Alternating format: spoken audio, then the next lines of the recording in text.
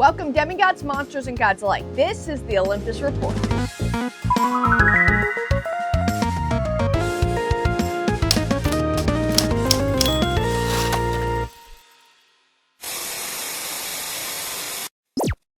This group brings girl power to a whole new level. Here's everything you need to know about the Hunters of Artemis.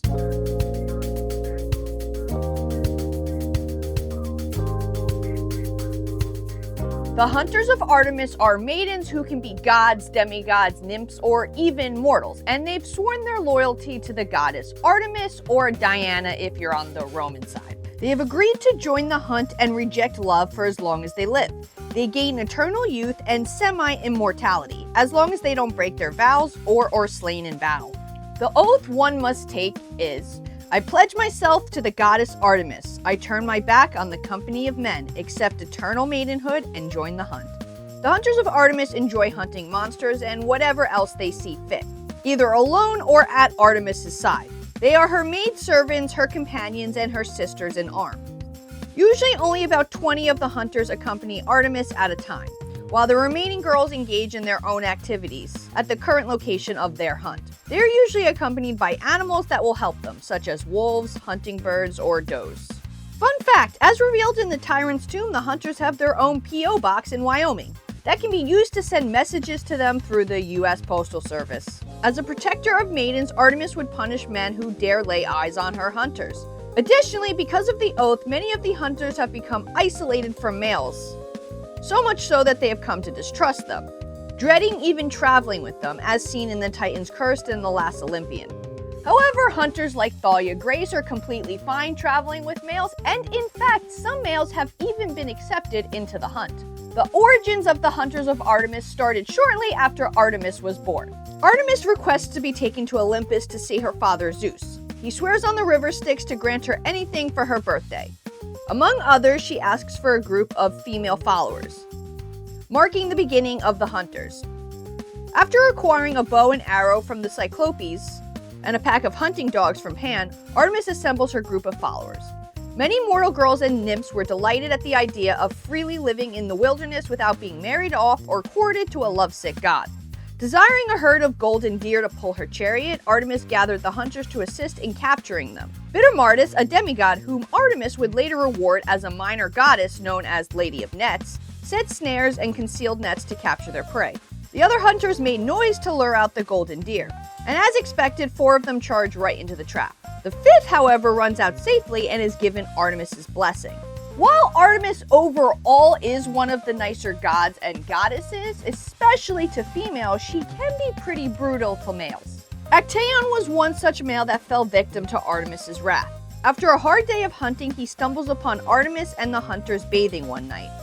Falling in love with the sight of Artemis, he reveals his presence to the goddess and insists that she marries him. Angered by his words, Artemis transforms Actaeon into a deer and rouses his own 50 hunting dogs from their sleep to tear their master apart. Another boy named Cyporotes catches Artemis bathing one time. Begging for mercy not to meet a fate similar to that of Actaeon, he is instead changed into a female by Artemis, who offered him the choice of death or gender change. He accepted the later. Cyporotes then joins the hunters. But Artemis isn't just cruel to males, sometimes she can be ruthless to her own hunters. Artemis's favorite hunter was Kalisto, who accidentally attracted the attention of Zeus, while she was separated from the other hunters. Zeus appeared to her in the form of Artemis herself. He attempts to seduce Kalisto, but when she rejects his advances, he reveals his true form, and has his way with her. Ashamed of what had happened, Kalisto attempts to keep the encounter with Zeus a secret. Her pregnancy is exposed, however, when the hunters go swimming in a lake one day. Artemis is angered by her father's actions, but is unable to forgive Kalisto for lying to her. Artemis sadly transforms her former best friend into a bear, warning Kalisto that the next time they meet, she will have to kill her. These gods are just so cruel sometimes, but I guess Artemis considered turning her into a bear an act of mercy. In another version of this myth, Artemis does not turn Kalisto into a bear and just expels her from the hunters. However, when Zeus's wife Hera finds out what Zeus did with Calypso, she turns Kalisto into a bear. and has her own son hunt her down. Like I said, the hunters are comprised mostly of females, but a couple exceptions have been made.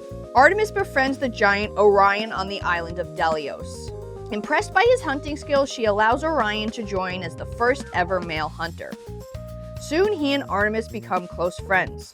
So much so that Apollo fears his twin sister would be renouncing her oath of maidenhood. So he inflicts insanity upon Orion, who starts hunting all animals he finds. This rouses Mother Earth Gaia from her sleep, and she counters by sending a giant scorpion to kill Orion. When Artemis finds Orion's corpse, she honors him in the stars as a constellation. However, in some other myths, Apollo challenges Artemis to an archery competition and turns Orion into the rock that they're shooting at.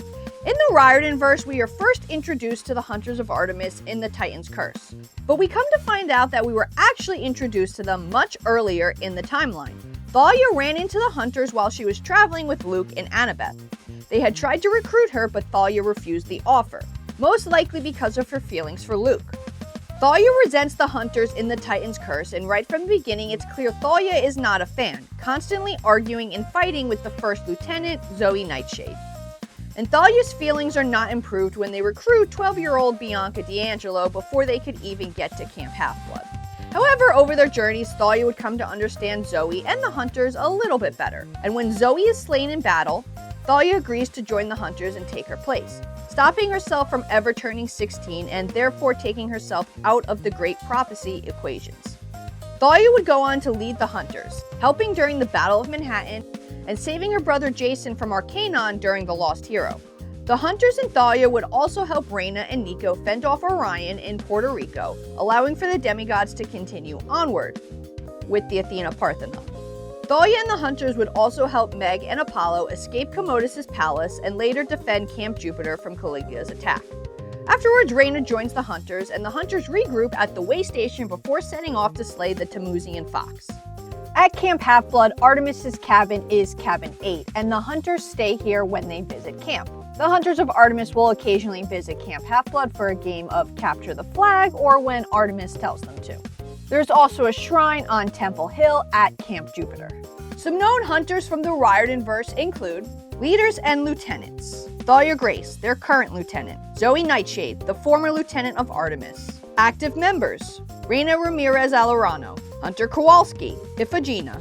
Former members: Himethea, Josephine, Orion, Hippolytos, Daphnis, Britomortis, Shrinks, Polyponte, Kalisto, Bianca D'Angelo, Phoebe, Naomi, Kaylin. Along with your own abilities, becoming a hunter would also award you some hunter abilities. Eternal Youth.